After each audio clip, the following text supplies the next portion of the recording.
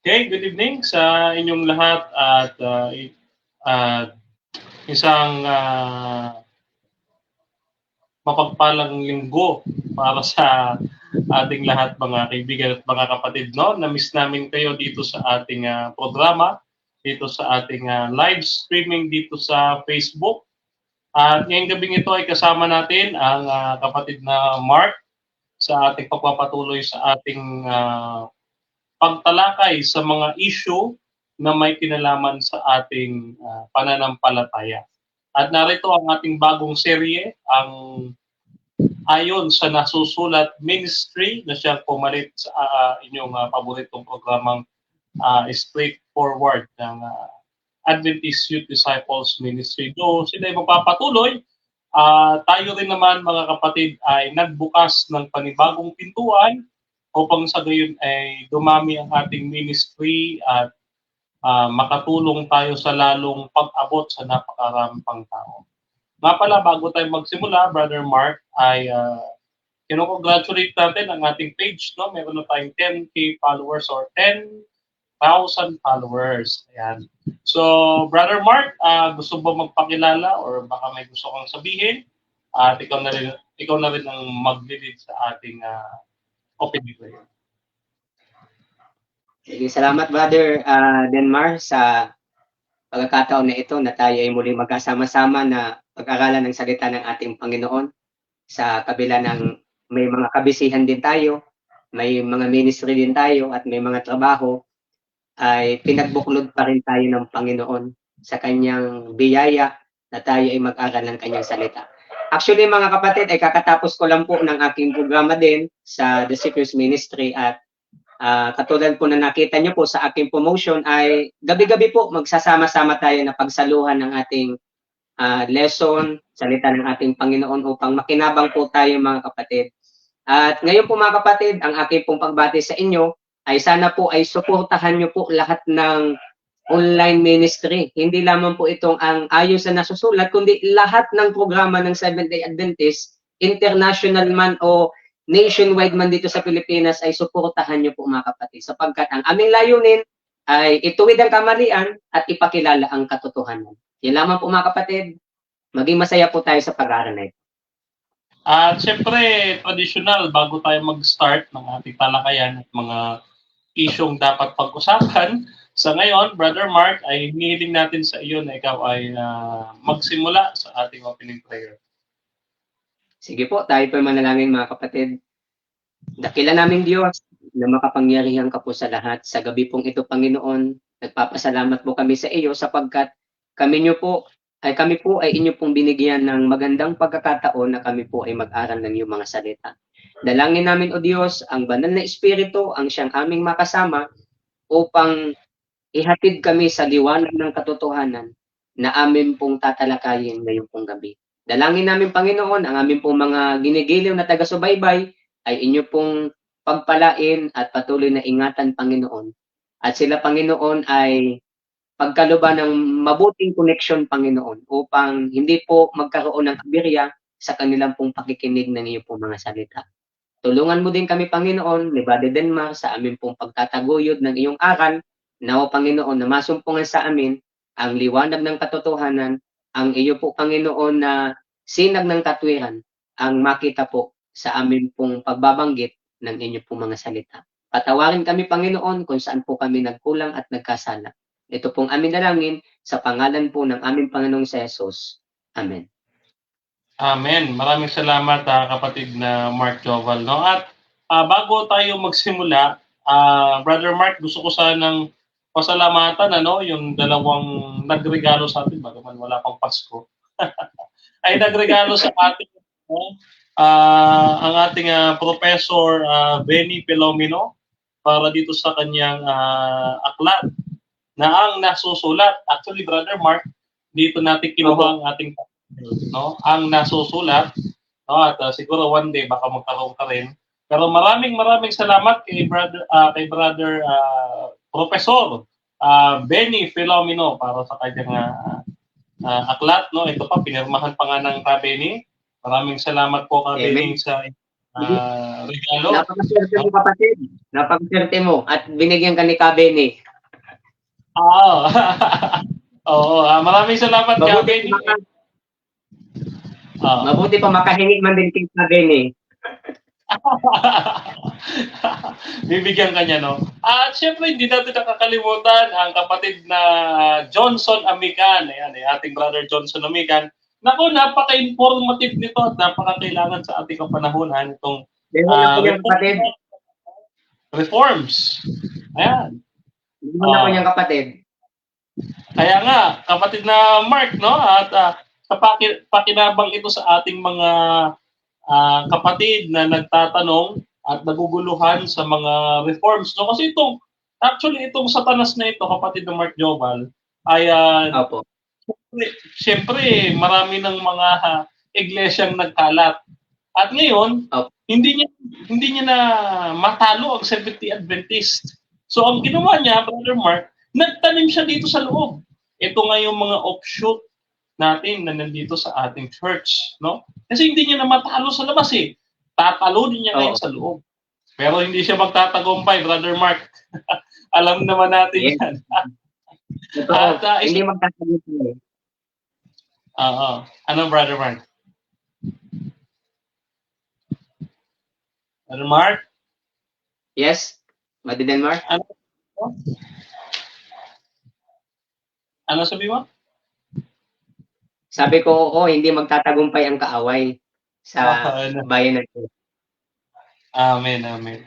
At nga pala, panghuli, kapatid na Mark, ay kung nais niyo makakuha ng mga magagandang referensya katulad dito, ito Converts Catechism ito, Brother Mark.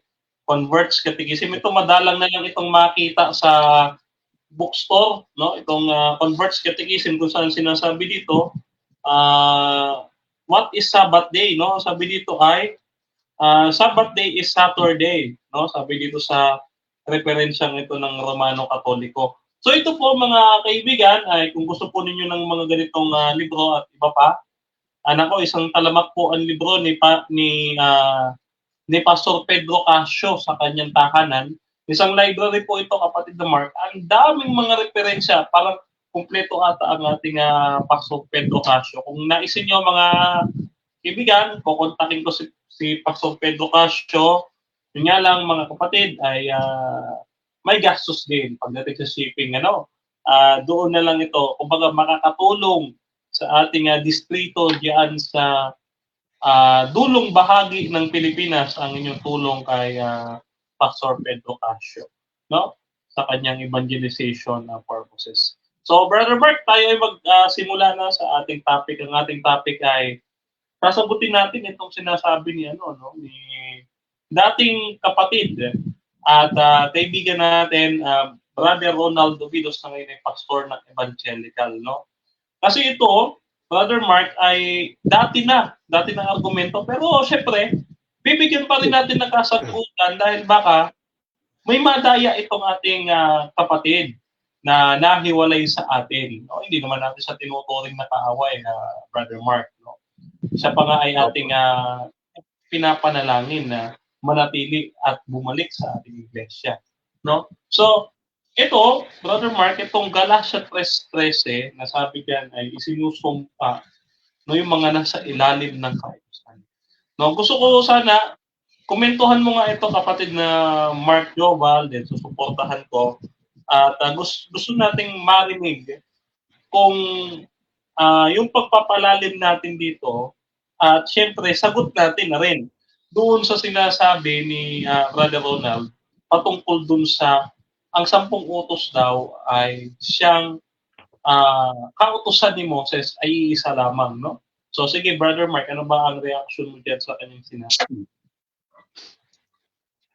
Okay po, mga kapatid. Ganito po yan, mga kapatid. Sapagkat ito pong dati nating kapatid, si Buddy Obidos, ay talagang gumagawa ng hindi maganda, mga kapatid, na mga pananalita na sinasabi po sa ating iglesia. Salamat po sa Panginoon dahil meron tayong ganitong programa para atin pong bigyan ng linaw ang mga maling paratang at maling unawa tungkol po dito sa paksa po na ating pong tatalakayin. Ang Galatia Kapitulo 3 po mga kapatid at ang buong sulat ng Galatia, kung mapapansin po natin mga kapatid ay palagi dyan may ini-emphasis si Pablo. Di ba ba din ma'am? Ini-emphasis siya dyan na dapat ay maintindihan ng mga tao yung pananampalataya sa Panginoong Hesus. At dapat maintindihan din ng mga tao na magbabasa nito ng Galatia na yung pagsunod po mga kapatid sa kautusan na binabanggit dito. Kasi po mayroon ditong issue ba din na Mayroon ditong issue. Ang kasi yung mga naligtas na si biyaya ng ating Panginoon ay nagpapatuloy pa rin sila doon sa pagsunod sa mga ano yung kautusan na pinag-uusapan dito. Kasi ang bintang kasi nila dito, Brother Denmar, 10 utos na di umano. Hindi naman dito 10 utos po ang pinag-uusapan sa konteksto, mga kapatid. Kaya aanamin po natin, mga kapatid, ano yung kautusan na pinag-uusapan dito. Di ba, Brother Denmar? Alamin natin kung ano yung kautusan. So, himay-himayin muna natin, mga kapatid. Dahan-dahanin natin kasi mahirap naman biglain. Lalo na po sa mga bata pa dyan sa panampalataya at mga bagong binyag, ay detalyado namin itong tatalakay ni Brother Denmar. Mapapansin niyo po mga kapatid, sa kapitulo pong ito, ang konteksto dito ay kautusan o pananampalataya. Pinagsabihan dito ni Pablo yung mga mananampalataya para mas maintindihan nila kung ano yung kautusan at ano yung biyaya ng pananampalataya sa ating Panginoon. Kaya nga, kung mapapansin po natin mga kapatid, babasa po ako ng isang talata dito sa Galatia Kapitulo 3, talatang 3. Meron po ditong magandang pananalita na sinabi po si Apostol Pablo. Ang sabi dito ay ganito mga kapatid. Sana'y maintindihan natin ang bagay na ito. Napakahangal ba ninyo? Nagpasimula kayo sa espiritu, ngayon ba'y nagtatapos kayo sa laman? Meron pang ibang mga kapatid na pagkakasalin nito. Babasa po ako ng salin dito po sa salin po ng ang buhay na salita. Kasi maganda po dito mga kapatid yung pagkakasalin nito. Ang sabi dito ay ganito. Mangbang ba kayo talagang? Nagsisimula kayo sa espiritu, magtatapos ba kayo sa laman? Ang ibig sabihin dito mga kapatid, nang binabanggit dito ng ating Panginoon, through Apostol Paul mga kapatid, ay yung mga naligtas po sa biyaya, ay nagpapatuloy pa sila mga kapatid sa mga tinatawag nating mga seremonyal na bahagi ng kautusan. Doon sila sinasaway ni Apostol Pablo, mga kapatid. At hindi po yung tinatawag natin na pagpapatuloy ng mga mananampalataya sa pagsunod ng 10 utos. At tandaan po natin mga kapatid, ginamit po yung salitang kautusan. Sa salitang English, law. Wala po tayo dito mga kapatid na makikitang intuli. Ginamit po dito yung mga pananalita sa buong kapitulo 3 ng Galatia, yung salita pong nomos, mga kapatid. So hanggang dito muna po mga kapatid, yung aking muna pong kaunting pananalita at ibibigay ko muna ng kaunti kay Brother Denmar para mas lalo pa itong mapalawak, itong pananalita po na binibigay ko po sa inyo mga kapatid. Nakakapagtaka. Si Apostol Pablo ang nagsabi na nakasulat dito na ang mga sumusunod o nasa ilalim ng kautusan ay nasa ilalim ng sumpa. Kumbaga, gusto nilang palabasin na kapag ikaw sumunod sa 10 utos, ikaw ay susumpain. Masusumpa. Oo, yun yung understanding eh. Nakapagtataka, Brother Mark, ito rin si Apostol Pablo ang nagsalita dito sa Roma 7:12. Ang sabi niya, Brother Mark, kaya't ang kautusan ay banal, at ang utos ay banal, at ang kautusan ay matuwid o mabuti sa ibang version, no?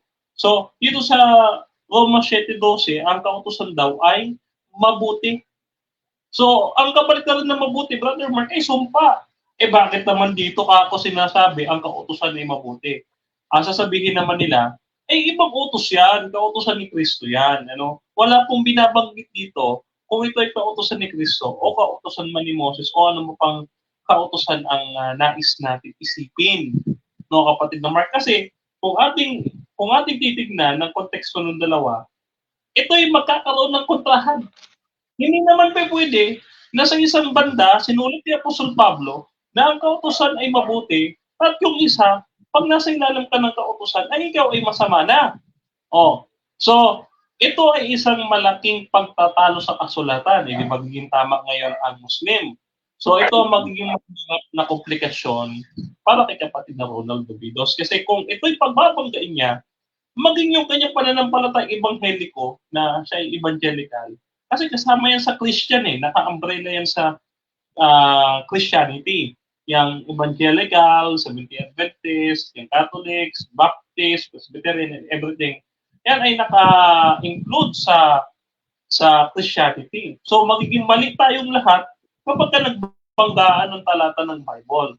Kaya nga titignan natin, Brother Mark, ano ba yung sinasabi nating ilalim ng kautusan? Kasi magkaiba yung nasa ilalim ng biyaya at nasa ilalim ng kautusan. Ano kayang klaseng kautusan ito?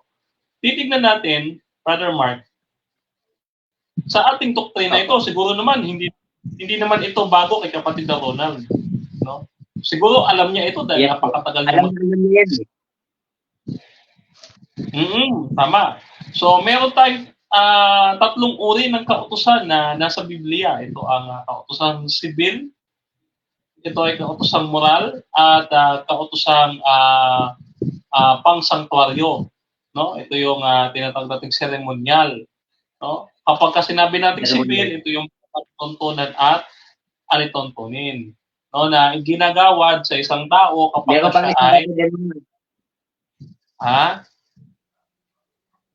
Ano yung meron pang isa, yung tinatawag nating dietary law, kautosang pangkalusugan. Oo, pangkalusugan. Apat na kautusan na nakapaloob dito sa Biblia. So, alam niya naman yan. Ngayon, alin doon sa apat na yun, Brother Mark, yung sinasabing nasa ilalim ng kautusan. Ito pansinin po ninyo. Gusto kong bigyan ito ng background para sa ating mga manonood. Ito pong si Apostol Pablo, Brother Mark, isa siyang Sinedrin, isa siyang Pariseo. Ano ba ibig sabihin ng Pariseo, Brother Mark? Pag sinabi po natin mga kapatid na Pariseo, ito po yung mga eksperto pagdating sa batas ng mga Hudyo. Kumbaga, tuturing natin sa panahon natin yung abogado. Oo, siya pala yung abogado.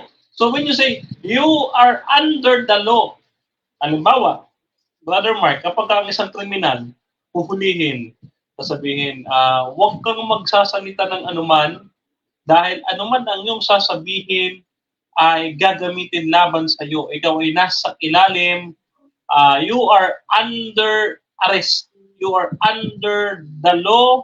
Halimbawa, sinasabi sa iyo na ikaw ay nakapag-violate ng cybercrime law. So sasabihin sa iyo, you are under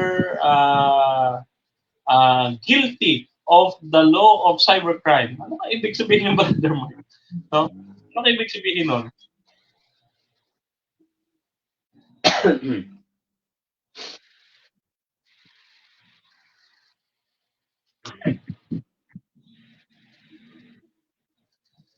Brother Mark, nandiyan ka ba?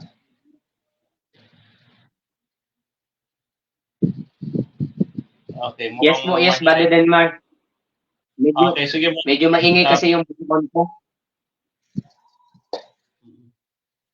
Hindi ba masyadong rinig ang ingay ng background ko? Okay. Papatuloy mo, kapatid na Mark, yung ating talakayan. Hindi, may tanong ako, Brother Denmark, baka, hindi naman ba maingay yung aking background? Hindi bro.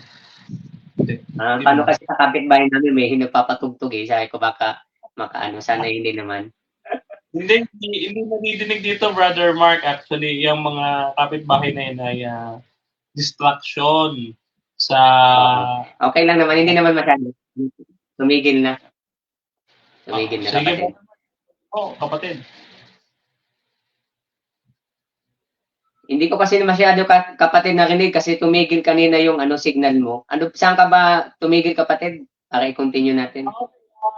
Anuhin ko na lang, Brother Mark. Ako ay tumigil dito sa apat na uri ng kautusan. Kako, kapag si Apostol Pablo ay isa siyang abogado, siyempre, aalamin niya o uugatin natin saan, alin sa apat na kautusan ang nais niyang tukuyin kapag sinabi nating nasa ilalim ng kautusan. Kasi yung word na kautusan, it's more on general, di ba? So, gagawin natin ay i-specific natin alin ba talaga dun sa apat na yon ang tinutukoy niyang susumpain tayo pag nasa ilalim tayo. No? Kasi apat yun, napakarami. No? Apat yun. O alin doon? Okay. So, doon po mga kapatid sa apat na kautusan, ay tatandaan po natin, ulitin ko po yung apat na kautusan, meron tayong tinatawag na kautusang moral. Pag sinabi natin kautusang moral, doon na po nakapaloob yung 10 utos.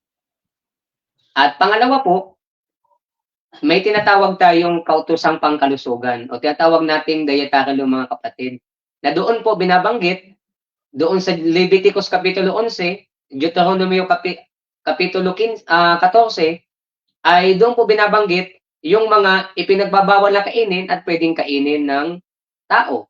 Yun po yung tinatawag nating batas pangkalusugan o dietary law. At yung isa po, binabanggit po kanina ni Buddy Denmar, yung tinatawag nating kautusang sibil. Na ito po ay tumutukoy po mga kapatid sa batas po mga kapatid ng pamahalaan. At ang pang-apat po ay yun po yung seremonyal na sinasabi kanina ni kapatid na Denmar na kautusang pang-santuaryo. Na ibig sabihin, ito po yung mga rituals o mga paghahandog na isinasagawa sa loob ng templo. Ang tanong, alin ba doon sa apat na ang inalis ng ating Panginoong Hesus sa kanyang kamatayan sa krus ng Kalbaryo? Sapagkat, mga kapatid, ang nangyayari po, tama po na nung ipako sa krus ang ating Panginoong Hesus, ay may inalis po. Kaya nga yung templo, kung makikita nyo po, ay nahati yun. At yung kurtina doon sa templo ay nahati din. Ano bang gustong simbolo noon? Ano bang pinapakita noon na kapaliwanagan? Bakit yun nangyari? Sa madaling salita mga kapatid, ang pinapakita po doon ng ating Panginoon, ang hindi po naalis, ang hindi po na-break sa pamamagitan ng kanyang kamatayan sa krus ng Kalbaryo, ay hindi po yung dietary law, hindi din yung civil law, hindi din po yung tinatawag nating moral law, kundi yung tinatawag nating kautusan ng mga seremonyal. Lalo na po mga kapatid, patungkol doon sa paghahandog ng tupa. Sapagkat yung paghahandog ng tupa sa ikapagpapatawad ng kasalanan ng isang tao, ay kumakatawan po yun, anino po yun ng gawain ng ating Panginoong Hesus doon sa kanyang kamatayan sa krus ng Kalbaryo. Kaya sabi ng ating Panginoon dito sa Galacia na sinabi ni Pablo, kung magpapatuloy pa kayo sa pagsunod sa kautusan, ay baliwala yung kamatayan ng Panginoon. So may mga binabanggit po ng mga pananalita doon sa buong kapitulo mga kapatid. Ngayon mga kapatid, magbabasa po ako ng talata para bigyan natin ng ano po ito, ng suporta mga kapatid, na yung sinasabi natin na ang inalis ng Panginoon doon sa kautusan ay yung tinatawag nating seremonyal sapagkat hindi lang sa Galacia makikita natin yung mga patotoo. Sa mga iba't ibang sulat ni Pablo, meron po kayong makikita mga kapatid na mga ganitong pananalita na sinabi ni Pablo. Minsan kasi itong ginagawa nila, interpretasyon nila dito, Brother Denmar, sinisisi nila o kaya ang konklusyon nila, 10 utos daw yung pinabanggit dito. Mali po mga kapatid, hindi po 10 utos. Lalo na dito sa Colosas. Colosas Kapitulo 2, talatang 16. Paboritong-paborito ito ng mga alagad ni Satanas, mga kapatid. Yung mga maling kaisipan na binibigay nila sa tao. Huwag na nating dahan-dahanin, huwag na kutsarain. Totoo talaga mga kapatid. Yun ay bahagi ng dakilang tunggalian. Si Satanas naghimagsik sa Panginoon laban sa kautusan. At ang Panginoon, ipinagtatanggol niya ang kanyang kautusan, mga kapatid. Anong kautusan yun? Yung pangsansinukob na kautusan, tinatawag nating moral law, na pilit ng mga alagad ng diablo na sirain yung kautusan, samantalang hindi man po ito sinira ng ating Panginoon. Ito pong sabi mga kapatid sa Colosas, babasahin ko po mga kapatid sa ang salin po ng ang Biblia. Ito pong sabi, Kaya't ang sino man ay huwag humatol sa inyo tungkol sa pagkain at inumin o tungkol sa kapistahan. Mga kapatid, may binabanggit ditong salitang tungkol sa kapistahan, tungkol sa bagong buwan o araw ng Sabat. Ang tanong, anong tinutukoy ditong Sabat? Hindi po ito yung seventh day of the week na Sabat na ginagawa nating pangingilin, mga kapatid. May mga binanggit ditong kapistahan o bagong buwan. Ito po yung mga feast na isinasagawa ng mga tinatawag nating mga Hudyo. Kung mapapansin po natin, mga kapatid, meron pong 7 piyesta sa banal na kasulatan po. Hayaan nyo pong basahin ko ito sa inyo, mga kapatid. Meron pong binabanggit na piyesta ng pagtatalaga, meron pong piyesta ng pag-aani, meron pong piyesta ng bagong buwan, meron piyesta ng Purim, meron piyesta ng mga tolda, at merong piyesta ng tinapay na walang lebadura, na yun tinatawag nating Paskwa, mga kapatid. Ngayon, sa madaling salita, mga kapatid, yun na po yung binabanggit dito sa Colosas 2:16 at maging doon sa Galatia Kapitulo 3 na binabanggit na wala na tayo sa ilalim ng kautusan. Ito yung nasa ilalim ng kautusan na isinasagawang mga rituals noon sa bansang Israel, mga kapatid. Na kapag dumating na yung Mesiyas, yung Kristo, yun na po yung dugo na bukod tangi na dugo na sumisimbolo doon sa mga dugo ng hayop sa lumang tipan, mga kapatid. Ganon din dito sa Epeso. Ito, paborito din nila ito. Itong Epeso 2 talatang 15 na binabanggit nila dito na kanyang pinawalang bisa ang kautusang mga batas sa mga alituntunin upang siya ay lumalang sa kanyang sarili ng isang bagong tao, kapalit ng dalawa, sa gayon gumawa ng kapayapaan, talatang 16, at kanyang pagpakasunduin ang dalawa sa isang katawan ng Diyos sa pamamagitan ng krus, sa pamamagitan niyon ay pinatay ang alitan. So hanggang dito muna ako, mga kapatid. Ito po mga talatang ito, na mga binabanggit dito, ay ito po yung hiwaga ng pagkamatay ng ating Panginoong Hesus sa krus ng Kalbaryo. Dahil sa kanyang biyaya, naalis po yung pagkakaalit ng Hintil at ng Hudyo at sila'y naging isa na. Kaya kung babasahin natin yung Galatia, mga kapatid, may sinabi doon sa Galatia Kapitulo 3, hayaan nyo pong basahin ko muna, mga kapatid. At ito na ang huling bahagi muna sa aking pananalita, sa pangalawang pagsasalita ko, mga kapatid.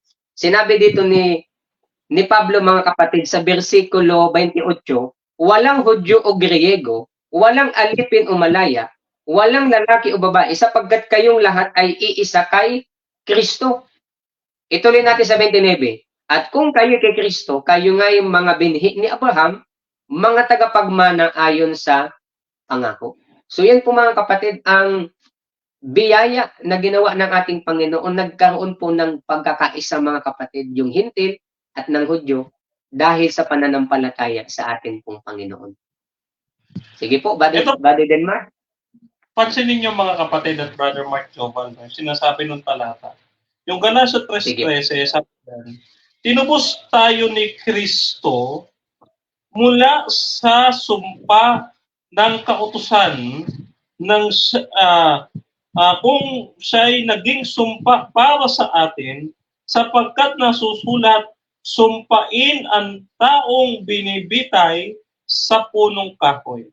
Pansinin niyo po ang konteksto ng talatang ito. Dito pa lamang sa konteksto ng talatang ito, hindi tayo aalis. Ang sabi dito, mga kapatid, at Brother Mark Jovan, sabi, tinubos tayo ni Kristo upang siya'y naman maging sumpa.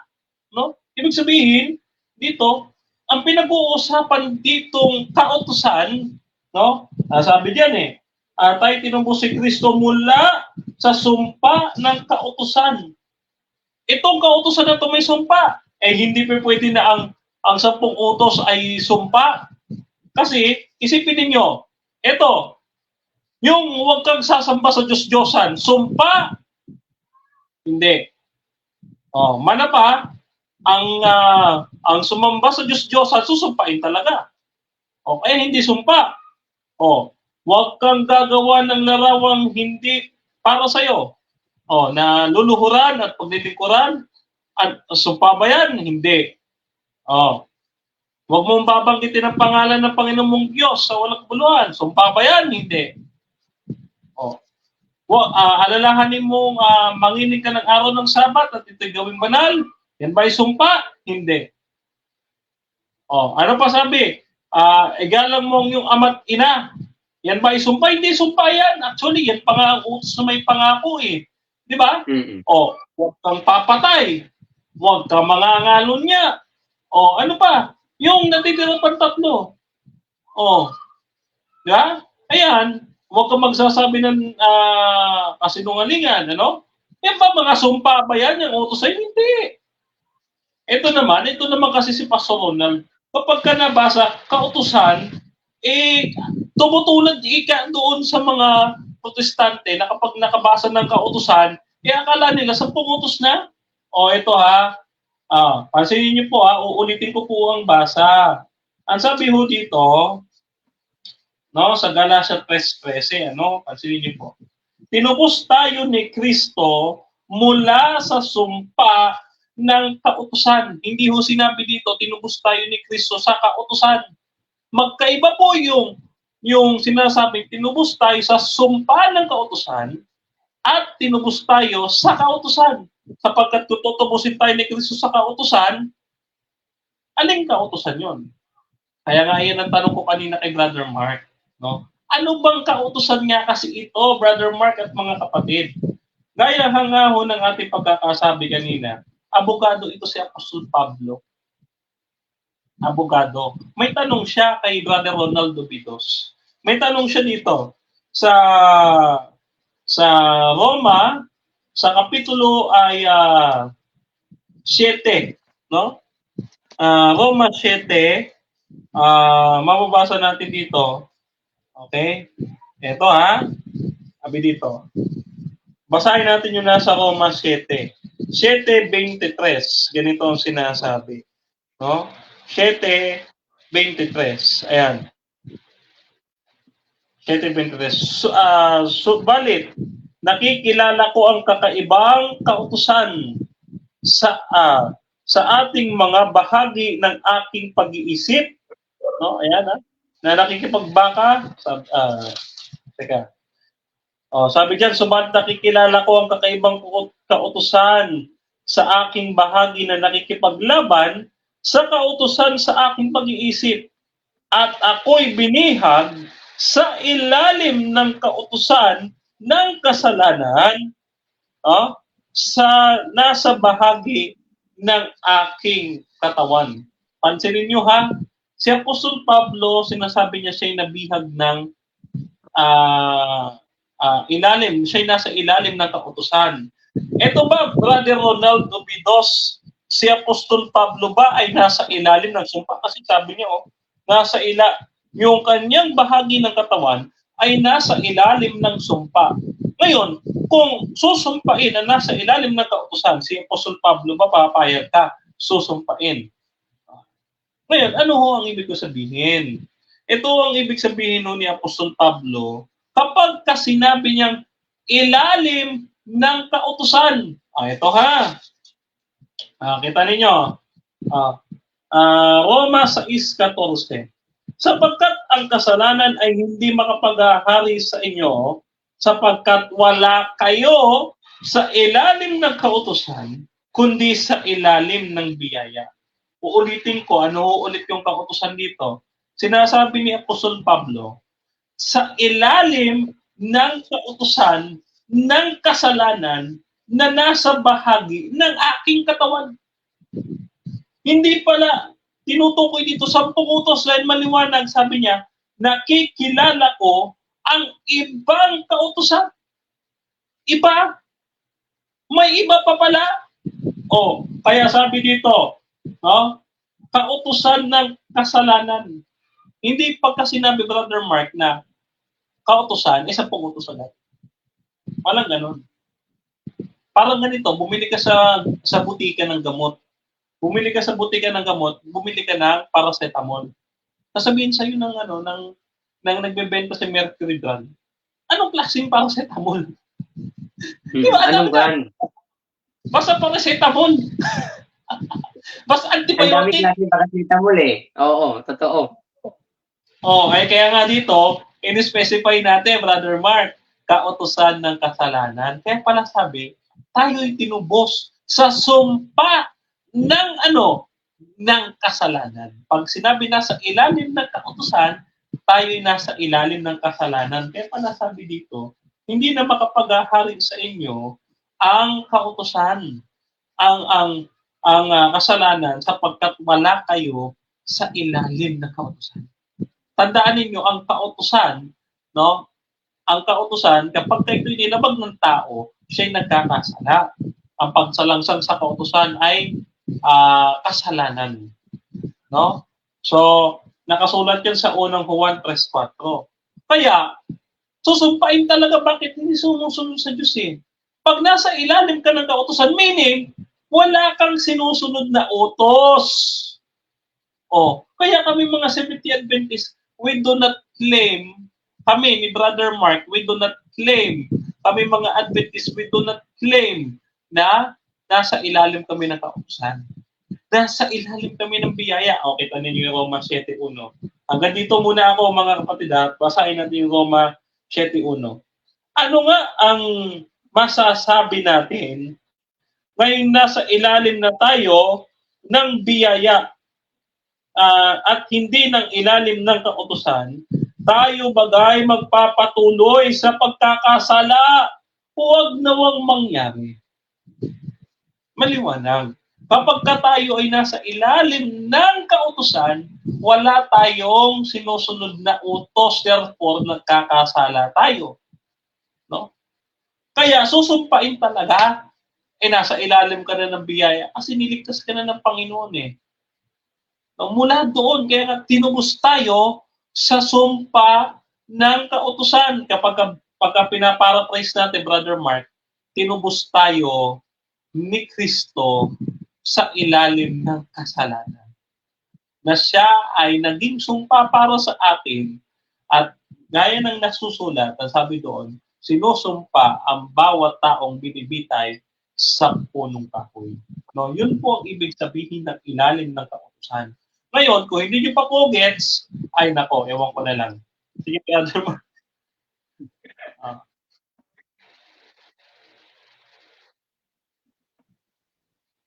Meron dito, Brother Denmark, na maganda pang sinabi sa Roma 7, sa versikulo 25. Susugan ko lang ng kaunti.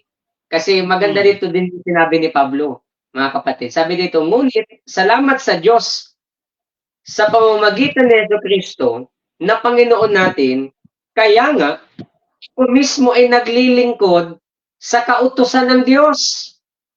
Yun. Ano po sabi dito? Sa pamamagitan ng aking pag-iisip, ngunit sa pamamagitan ng laman ay sa kautusan ng kasalanan. Sa ano daw naglilingkod si Apostol Pablo, mga kapatid? Ang sabi dito, ako mismo ay naglilingkod sa kautusan ng Diyos sa pamamagitan ng aking pag-iisip. Kaya nasa biyaya po, mga kapatid, ang ating kapatid na si Apostol Pablo. Ganon din po ang mga Seventh-day Adventists. Tayo po ay nasa ilalim ng biyaya, mga kapatid. Tayo ay sumusunod sa kautusan ng Diyos sa pamamagitan ng ating pag-iisip. Masaya tayo na sumusunod, mga kapatid.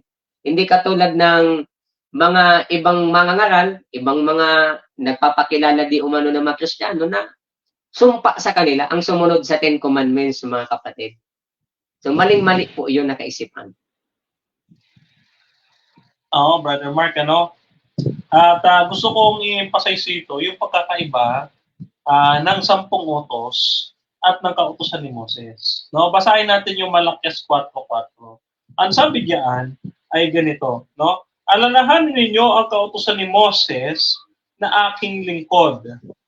Ang mga tuntunin, ang mga tuntunin at batas, na aking iniutos sa kanya at iniutos sa kanya sa Horeb para sa buong Israel, no? Ito pala sa ibang salin nito sa ang dating Biblia, ito ay palatuntunan at alituntunin.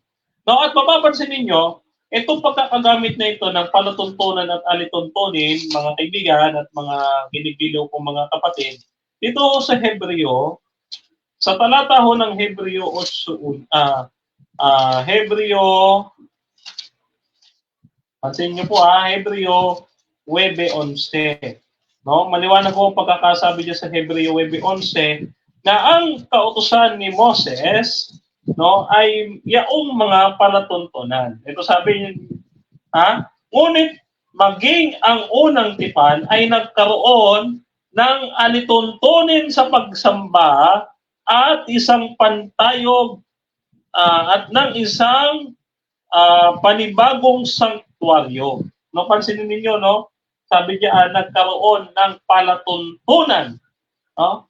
Nagkaroon ng palatuntunan. Ito ho yung kautosan ni Moses, yung ginagawa sa sanktuaryo.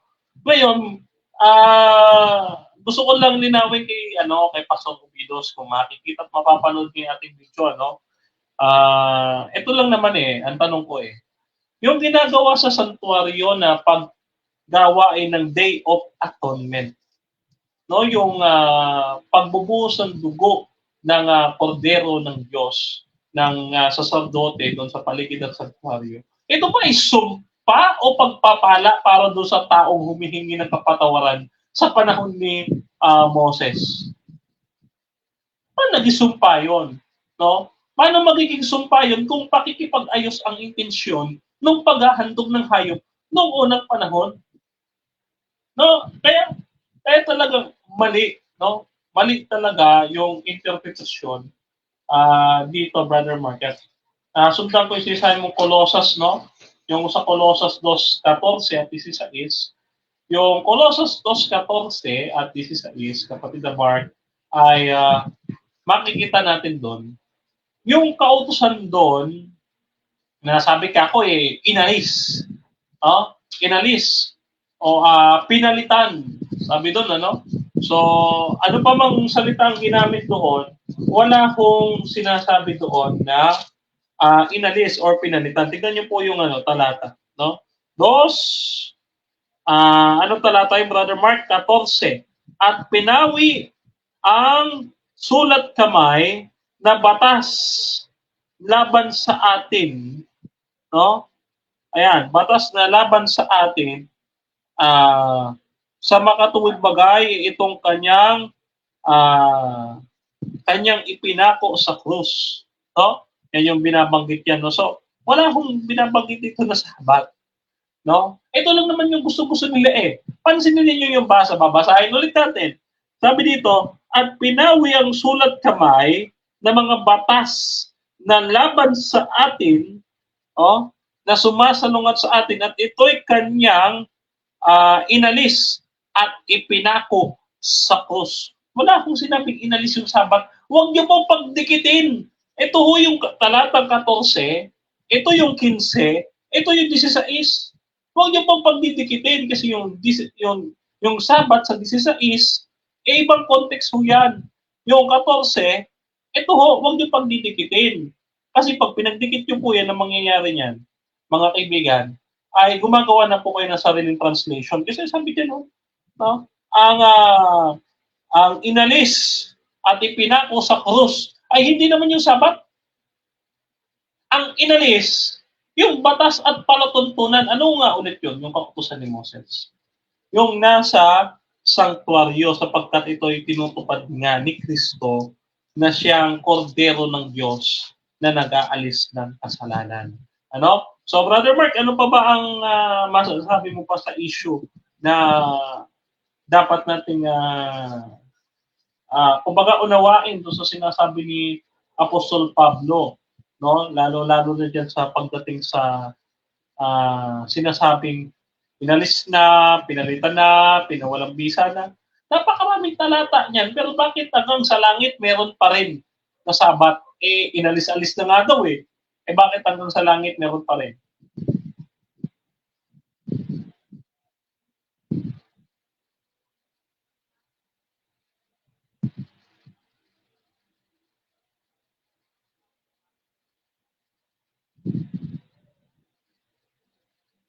Ayan, medyo delay ata tayo kay Brother Mark.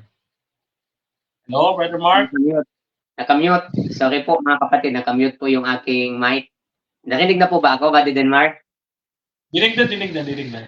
Okay po. Babalikan ko, Buddy Denmark, yung Kapitulo 3 ng Galasya. Sa versikulo 10 kasi, maliwanag po mga kapatid, kahit hindi na tayo magbasa po ng translation ng Bible, kasi po may Bible translation po ako kaninang nabasa, in-screenshot ko lang dito sa cellphone ko. Gusto ko sanang basahin kaso isa lang na cellphone mga kapatid na ginagamit ko. Ang sabi doon, ang binanggit ditong sa sa versikulo 10, basahin ko muna po mga kapatid. Sabi dito, sapagkat ang lahat ng umaasa sa mga gawa ng kautusan ay nasa ilalim ng sumpa, sapagkat nasusulat, sumpain ang bawat isang hindi sumusunod sa lahat ng bagay na nasusulat sa aklat ng kautusan. So mapansin niyo po yung salita ditong aklat ng kautusan. Sa ibang mga salin ay ginamit yung mga batas na pagkakasalita, na ibig sabihin ito ay teaching of Moses, mga kapatid, o kautusan ni Moises sa madaling salita, mga kapatid. Kaya dito po mga kapatid, uulitin po namin, di ba, Denmark, itong pahayag po dito sa Kapitulo 3, wala po kayo dito makikita mga kapatid na salitang intuli sa Griegong salita. Kundi, ang mga nakalagay dito na kautusan na binabanggit ay nomos, mga kapatid. Pag sinabi nating nomos, yun na po yung kanina yung binanggit namin na 4 na mga bahagi ng kautusan na may patungkol sa moral, kalusugan, sibil, at kautusang pangsantuaryo, tinatawag nating mga ceremonial law, mga kapatid. Kaya mga kapatid, pansinin nyo po, lalo na Brother Denmark, mayroon din ako nakita doon sa Back to the Scriptures na programa ni kapatid na Obedus, na yung Sabat daw ay hindi eternal. Biruin mo yan, na sinasabi niya na yung Sabat daw ay hindi eternal, Brother Denmark. Talagang na po mga kapatid, kumbaga ay hindi na natin maintindihan kung anong naiisip nito ng ating kapatid.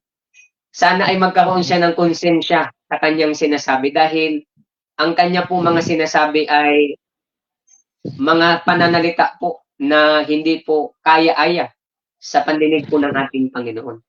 Kung mapapansin po natin mga kapatid, sa Isaias, binabanggit doon na sa bagong langit, bagong lupa, naroon mga kapatid ang araw ng Sabat. Kaya yung araw ng Sabat mga kapatid, na ipinangingili natin sa mundong ito, na binabanggit sa Hebreo na, ang sabi doon sa Hebreo 4 ay may natitira pang araw ng pamamahinga o araw ng Sabat ukol sa bayan ng Diyos. Ang ginamit po doon mga kapatid, sabatismos, na ibig sabihin yung ipinapractice natin na pangingili ng araw ng Sabat sa daigdig na ito ay patungo doon sa langit mga kapatid. Kaya eternal po yun mga kapatid. Tandaan po natin. At yung mga binanggit doon na ibang bahagi sa 9 na utos, yun po ay maalis mga kapatid. Tandaan natin, maalis yun pag dumating na po si Kristo dahil ang lahat ng papasok sa kanang langit, tama po yung sinabi ni Apostol Pablo sa 1 Corinto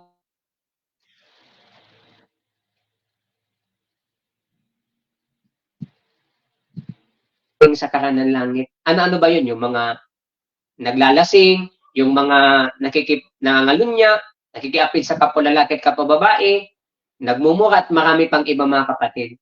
Pero yung Sabat mga kapatid, eternal po yun mga kapatid. Mananatili yun hanggang doon sa bagong langit, bagong lupa. Sapagkat yun po mga kapatid ang puso ng kautusan. Hindi po ng utos mga kapatid ng ating Panginoon sa madaling salita. Kaya sana po ay maintindihan natin ito mga kapatid. At wag po tayo magsipaniwala sa mga maling paliwanag po mga kapatid ng ibang mga mangangaral na 10 utos daw po yung nakasulat dito sa Galasya Kapitulo 3 talatang 19 na ay 13 na inalis na po mga kapatid ng ating Panginoon at yun daw ay sumpa di umano ng kautusan. So maling-mali po mga kapatid na kaisipan yun. Kaya sana mga kapatid ay maintindihan po natin yung mga bahagi po ng kautusan para hindi po tayo mailigaw ng mga ganid na lobo na binabanggit ni Apostol Pablo sa Gawa Kapitulo 20, talatang 29 at 30. Na yun yung sinasabi kanina ni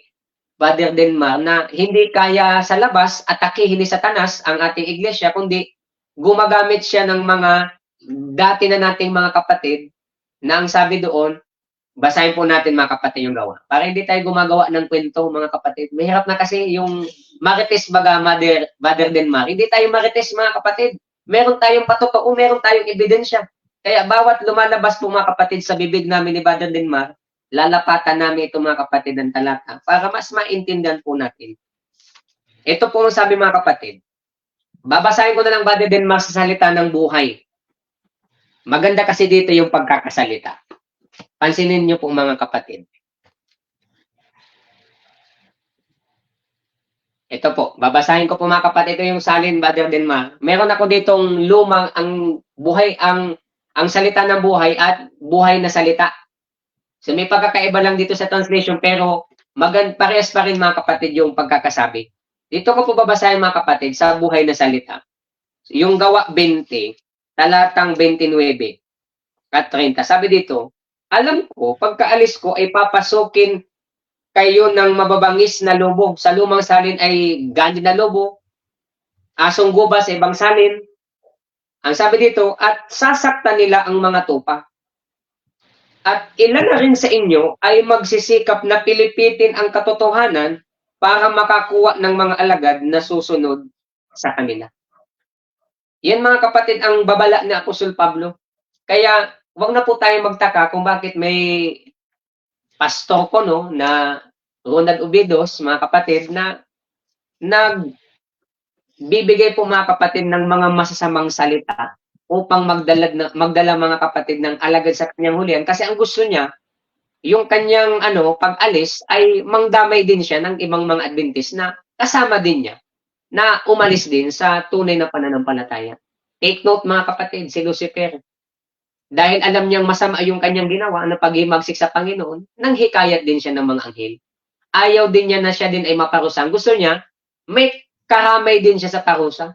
Kaya nga din yung sangkatauhan, linoko, nilinlang mga kapatid, para magdala din ng alagad sa kanyang ulian. Ganon din mga kapatid ito, itong mga dati natin mga kapatid, ang mga hangad nito ay sirain yung ating relasyon sa Panginoon.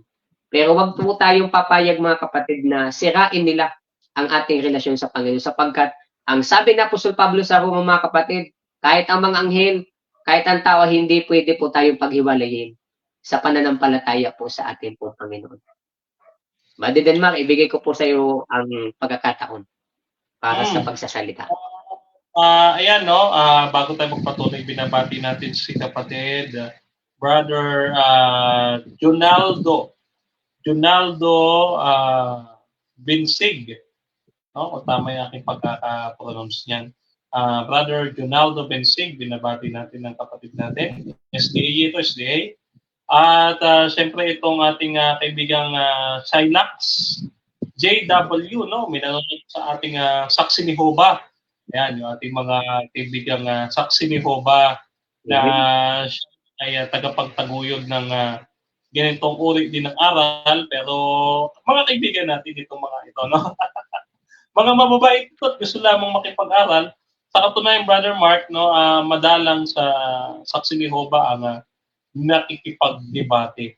No? Pero ito, mga kaibigan natin ito, mga Saksi ni Hoba sa online, no? At mga friendly sila kapatid.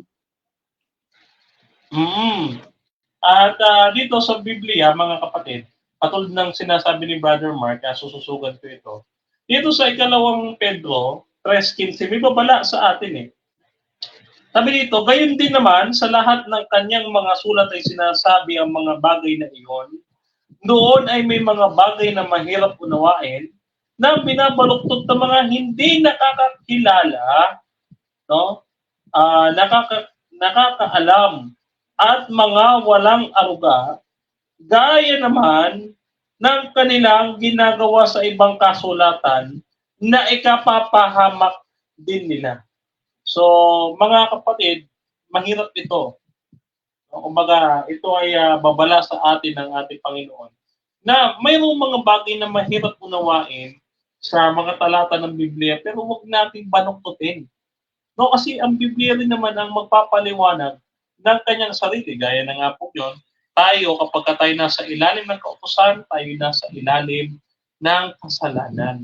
Meaning, wala tayong sinusunod na kautusan. Therefore, tayo ngayon nasa ilalim ng kasalanan.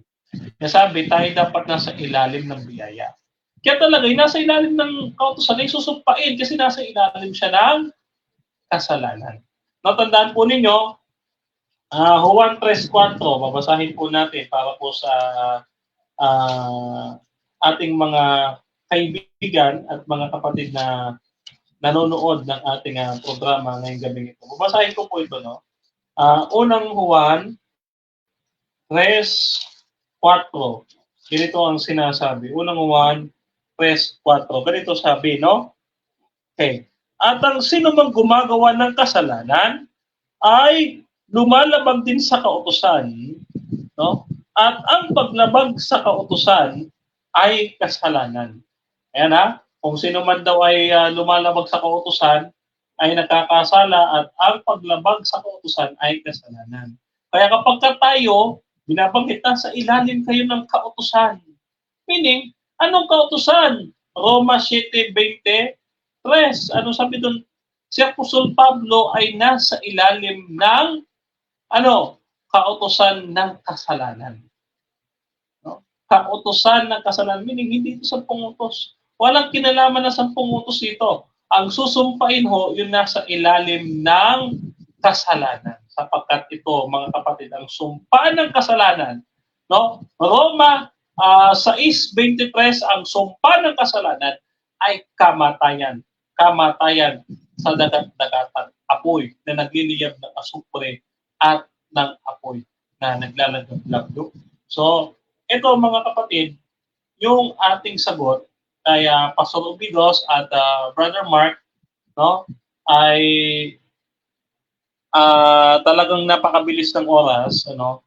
Tayo ay nasa 1 hour 1 hour na limit ng ating program kasi nga 1 oras lang naman yung ating programa. So, sa tingin ko naman ay nasagot naman yung issue ni Pastor Ronald Ubidos at kung sakali makakita tayo ulit, ito lang sasabihin ko, Brother Ronald, hindi kita tatantanan hanggat hindi ka na-i-stalk ulit, hanggat hindi ka naliliwanagan ulit, at hindi ka nagiging SDA ulit. No? Tandaan mo, Brother Ronald, yung sinasabi mo noon, mapalad kaming mga Adventist. No? Mapalad kami sapagkat nandito kami sa tunay. No? At kung malabas man dito sa tunay, sa impyerno na pupunta, ayaw namin na ikaw ay mapunta sa impyerno. Ikaw, maswerte ka na sa labas ka. May mapupuntahan kang tunay. Kami, pag nasa labas kami, pag lumabas kami, wala na kami pupuntahan. Kaya ikaw, mapalad ka. Inaanyayahan ka namin na yung mga kapatid na bumalik sa tunay na nalabing iglesia ng Panginoon. Hindi mo kaya itong ibagin, kapatid. Hindi. Ako man ay sumubok na ibain ang pananampalatayang ito ng Seventh-day Adventist, hindi ako nagtagumpay. At gaya ng marami, kaya pa ng iba, mga dating mga Adventist, ay hindi rin nagtagumpay sa kanilang planong pabagsakin ang iglesia nito ng ating Panginoon. At bago tayo magwakas, hingan natin ang kakaunti at panghuling salita ang kapatid na Mark. At kung gusto niyang i-promote, no, tangkilikin niyo din yung The Scriptures Ministry ni Brother Mark Joval, no? Araw-araw ho yan, meron siyang schedule ng Sabbath School. And sana ay magkaroon din tayo ng iba pang mga kasama pagdating dito sa ating programa, no? Kung loloobin, makasama ulit natin si Brother Moses at si Brother Jesse kung nais silang sumali sa atin, ano? So Brother Mark, panghuling salita. Ako po ay meron pong gusto kong sabihin, Brother Denmark din, bago ako magbigay ng kaunting pananalita din sa aking personal. Sige bro. Gusto ko din ipaabot kay kapatid na Ronald Ubidos na sana'y alalahanin niya, susog doon sa aking sinabi din kanina ni Brother Denmark na wala talagang nagtatagumpay na lumalaban o gumigiba sa aral o sa iglesia ng ating Panginoon. Sana'y maalala mo muli, mahal na kapatid, Hindi ka namin kaaway kahit sinong mga mangangaral ng Adventist ay sinasabi sa iyo ito na mahal ka namin. Bagaman ang ginagawa mo ay sirain ang iglesyang ito, ngunit ang dalangin namin sa iyo ay sana'y makabalik ka. Yan lamang ang aming dalangin para sa iyo. At tandaan mo ito, Brother Ronald, noong panahon na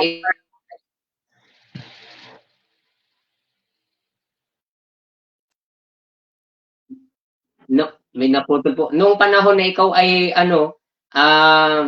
aktibo sa gawain ng Panginoon sa iglesyang ito ng Seventh Adventist, marami akong mga video mong pinanood at ikaw din ay naging dahilan, katulad ni Ray Mongkada, na kapatid natin ngayon sa panampalataya at mga ngaral din, ay naging tulay ka din para ako'y maging Seventh Adventist at ako'y dating miyembro ng Iglesia ni Cristo na itinatag ni Felix Manalo noong 1914. Kaya sana ay muli mong pakinggan ang panawagan ng Banal na Espiritu sapagkat naniniwala kami ng Holy Spirit ay nananawagan sa iyo na ikaw ay bumalik sa panampalataya at makapiling ka namin na ipangaral ang ebanghelyo ng Panginoon sa iglesyang ito ng Seventh-day Adventist. Kaya mga kapatid, sa akin pong personal na pananalita ay imbes na magalit po tayo sa dati nating kapatid na si Buddy Obedos, ay ipakita natin yung pag-ibig mga kapatid. Sapagkat dito sa lesson natin, sa Sabbath School lesson natin, kung kanina po nanood kayo sa aking programa sa Descriptive Ministry,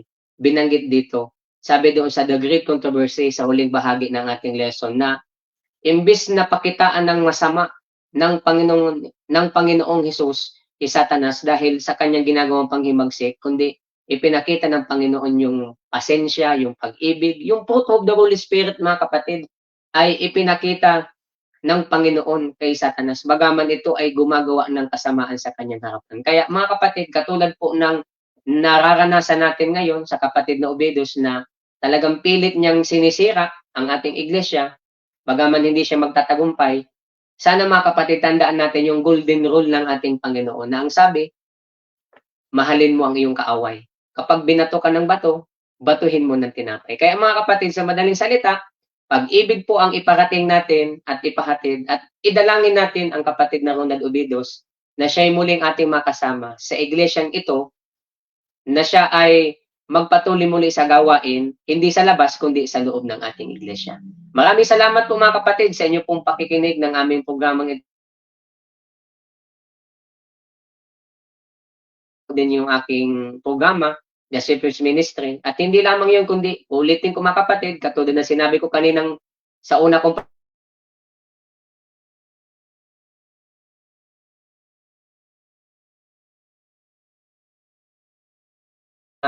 kaluluwa ang may hatid natin sa paanan ng ating Panginoon.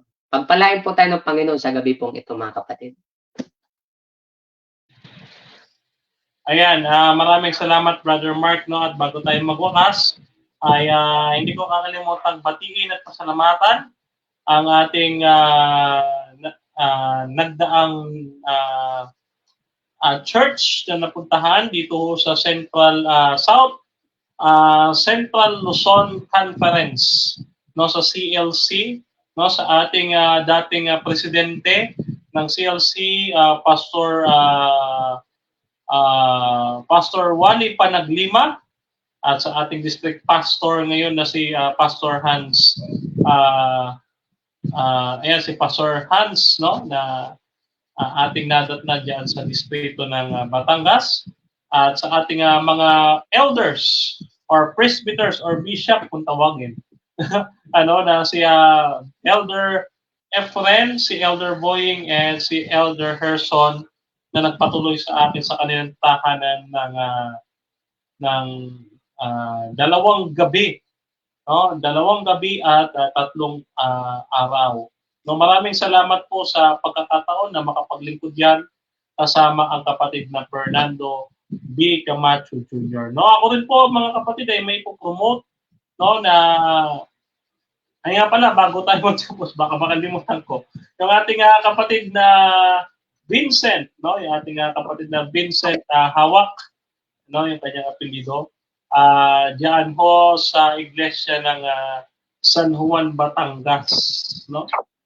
Binabati natin yung ating kapatid siya ay naging Adventist, no, noong 2018 sapagkat siya ay nagkaroon ng karamdaman. No, at ito yung magandang testimony, no, naway makasama natin siya, ipanalangin nyo na siya ay pumayag na makasama sa pagtitestimony sa ating mga churches, sa ating ministry. Kaya hindi si Brother Mark, no? Makasama natin minsan si Brother Mark sa mga ministry kung kami ay mag-cruise ng landas at ang schedule. Dahil marami ring schedule ang ating kapatid na Mark Joval, kanyang ipopost or sasabihin na lang sa ibang pamamaraan or dito sa page natin, sabihin natin yung kanyang schedule kung saan siya paroroon ng mga iglesia. Kung nais nyo po kami nganyayahan, ay maaari nyo po kami i-message sa aming Facebook. Si Brother Mark Joval ay Brother Mark Joval B. Reyes at ang inyong maliit na lingkod, Brother Denmar Santiago. No? Meron din po ako YouTube channel. Type nyo lamang po Brother Denmar Santiago.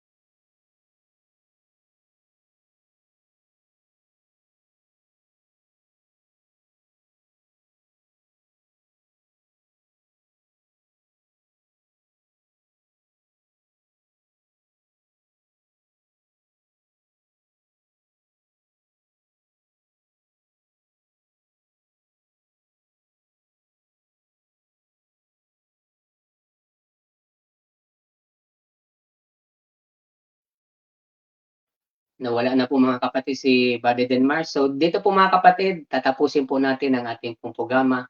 Nagpapasalamat po kami sa inyo pong pagsuporta sa programa pong ito ng ayon sa nasusulat. Nawa mga kapatid, ang biyaya ng Panginoon ang sumama po sa inyong lahat sa patuloy na paggabay sa mga natutunan nyo po. At ang banal na espiritu ang siyang magpaalala muli ng mga inyo pong natutunan at magbigay sa inyo ng inspirasyon para lalo po tayo lumago sa biyaya pagkakilala sa ating Panginoon. Pagpalain po tayo ng Panginoon sa gabi pong ito mga kapatid, mag-ingat po ang bawat isa sa atin.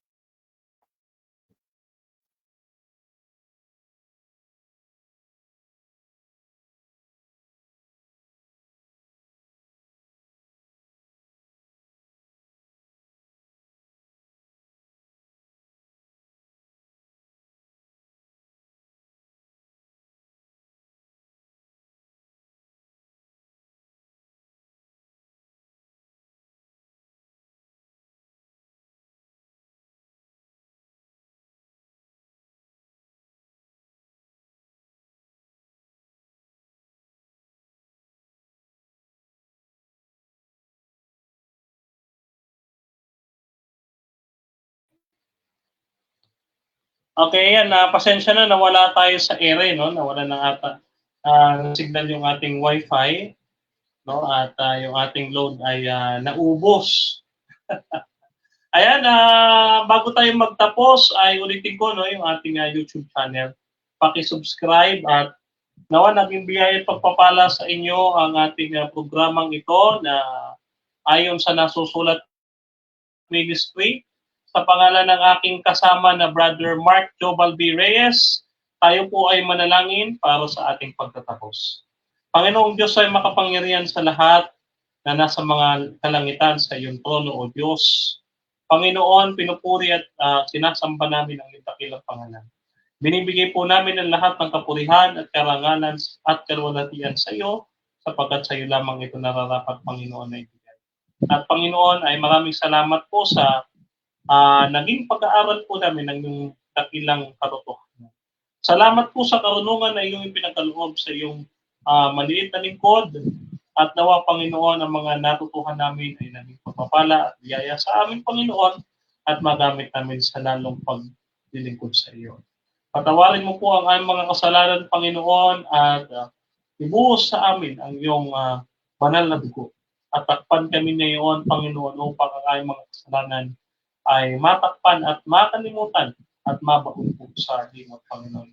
Inihingi po namin ng buong kapakumbabaan ang aming mga pagkukulang at pagkakasala sa iyo, Panginoon. Alam po namin at sumasampalataya kami na ikaw ay Diyos ng pag-ibig at Diyos na maawain. Kaya naman, Panginoon, ang aming kasalanan ay limutin at nawa, Panginoon, kami pagpalain at basbasan at kami rin po ay samahan at gabayan sa araw-araw ng pamumuhay.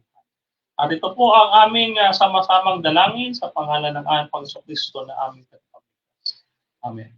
At yun po mga kaibigan at mga kapatid, ang ating programa ayon sa Nasusulat Ministry.